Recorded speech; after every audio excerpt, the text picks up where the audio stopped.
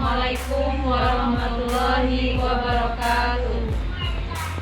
Baiklah, sekarang kelompok 2 akan mempraktikkan kegiatan praktikum IPA yaitu lensa cembung dan lensa cekung. Sebelum memulai kegiatan praktikum ini, kami ingin memperkenalkan anggota kelompok 2. Yang pertama ada saya sendiri, Ibu Karen Kasera sebagai moderator, dan di samping saya ada Ibu Nuriana Utami dan Ibu Indri Novitasari, Ibu Diana Putri, Ibu Eni Ropina.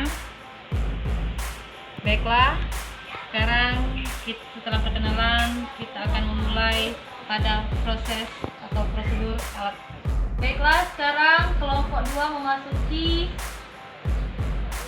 proses kerja atau cara kerja. Adapun alat dan bahan akan dibacakan oleh Ibu Diana Putri dan prosedur percobaan akan dibacakan oleh Ibu Indri Novitasari. Kepada Ibu Diana Putri dan Ibu Indri Novitasari dipersilakan. Oke, sebelum percobaan, izinkan kami memperkenalkan alat-alat yang kami gunakan untuk percobaan untuk lensa cembung dan cermin cekung. Yang pertama yang akan kita buat percobaan yaitu adalah lensa cembung. Jadi yang kita gunakan yaitu meja optik dengan tatakan yang lengkap, kemudian lensa cembung, ada juga cermin cekung, selanjutnya layar putih, ada lilin, kemudian ada mistar. Untuk proses percobaannya akan dijelaskan oleh saudari Ibu. Yang pertama-tama, susun lensa pada dudukan dan letakkan di antara layar dan sumber cahaya. Kita pasang lensa di bagian ujung seperti ini ya. Kemudian kita letakkan tatakan untuk lilin. Oke, dan pasang layar putih seperti itu. Selanjutnya, nyalakan sumber cahaya yaitu lilin. Nyalakan sumber cahaya atau lilin ya. Kita atur posisi cahaya atau sumber cahaya dengan lensa agar terlihat oleh lensa cembung. Kemudian kita ukur jarak terdekat dan jarak terjauh dari bayangan dan sumber cahaya. Sekarang kita buat di sini untuk jarak benda, kita buat 5 cm. Jarak benda kita buat 5 cm dari jarak bayangan. Kemudian jarak bayangan kita buat 59 cm.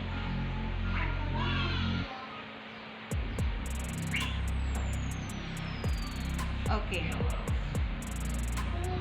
Yang kedua, jarak benda 6 cm dan jarak bayangan 20 cm.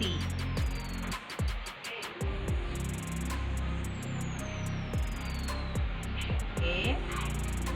Selanjutnya, yang ketiga, jarak benda 7 cm, jarak bayangan 14 cm.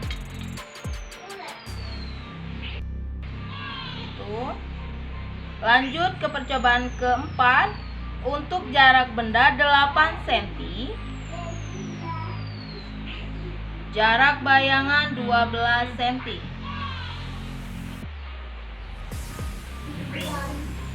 Kemudian jarak benda 9 cm,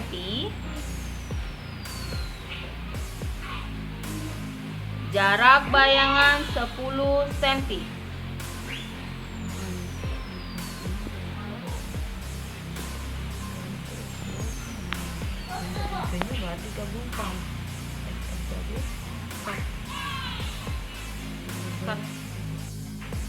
Oke, dari percobaan dengan menggunakan lensa cembung dapat kita ketahui jarak fokus lensa cembung dan kekuatan dari lensa cembung. Yang pertama, jarak fokus lensa cembung. Yang kami dapatkan adalah f1 4,61, f2 4,67, f3 4,67, f4 4,80 dan f5 4,74. Untuk yang kedua adalah kekuatan lensa atau dengan simbol P. Yang P1 adalah 0,22, kemudian P2 sama dengan 0,21, yang P3 0,21, P4 0,21 dan P5 0,21. Itulah untuk penentuan jarak dan kekuatan lensa untuk percobaan lensa cembung. Nah, sekarang percobaan kedua yaitu percobaan cermin cekung. Yang pertama yaitu susunlah alat seperti ini. Aku masang ya, Mbak maju ya. Cermin cekung pasang. Yang kedua yaitu lilin untuk sumber cahaya. Yang ketiga yaitu layar. Yang kedua yaitu nyalakanlah sumber cahaya dan aturlah kedudukan benda dan layar agar pada layar terbentuk bayangan paling tajam.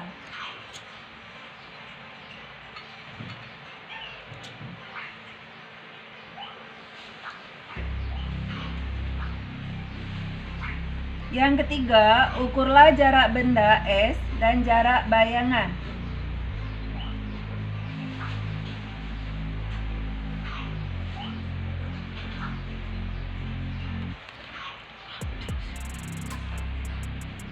Yang pertama, ukurlah jarak benda ke cermin yaitu 13 cm. Terus jarak bayangan ke lilin 31 cm.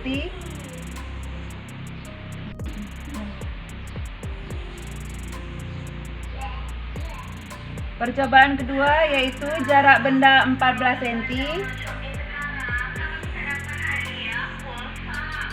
Sedangkan jarak lilin ke bayangan 27. Percobaan ketiga yaitu jarak benda ke lensa itu 15 cm. Sedangkan jarak bayangan ke lilin 24 cm. Percobaan keempat yaitu jarak lilin ke lensa 16 cm. Sedangkan jarak bayangan ke lilin itu adalah 22 cm. Dan yang terakhir yaitu percobaan kelima, jarak benda itu 17 cm. Sedangkan jarak bayangan ke lilin itu 21 cm.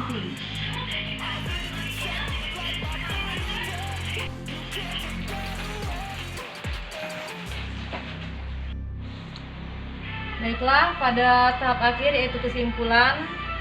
Kesimpulan akan dibacakan oleh Ibu Ardini Ruliana Utami. Kepada Ibu Ardini dipersilakan.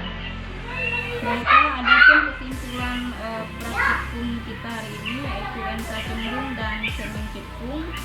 Berdasarkan hasil dari analisis data serta pembahasan, dapat disimpulkan bahwa A. Sifat pembiasan cahaya pada lensa gabungan adalah nyata, tegak, dan diperbesar.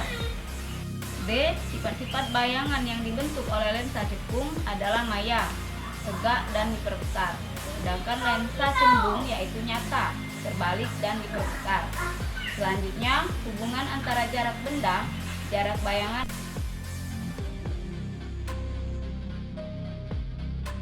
dan semakin dekat dan jarak fokusnya relatif sama atau tetap. Terima kasih, itulah kesimpulannya. Saya kembalikan kepada moderator. Baiklah, demikianlah praktikum dari kelompok 2 mengenai lensa cembung dan lensa cekung. Semoga praktikum ini bermanfaat bagi kita semua. Kami akhiri. Assalamualaikum warahmatullahi wabarakatuh.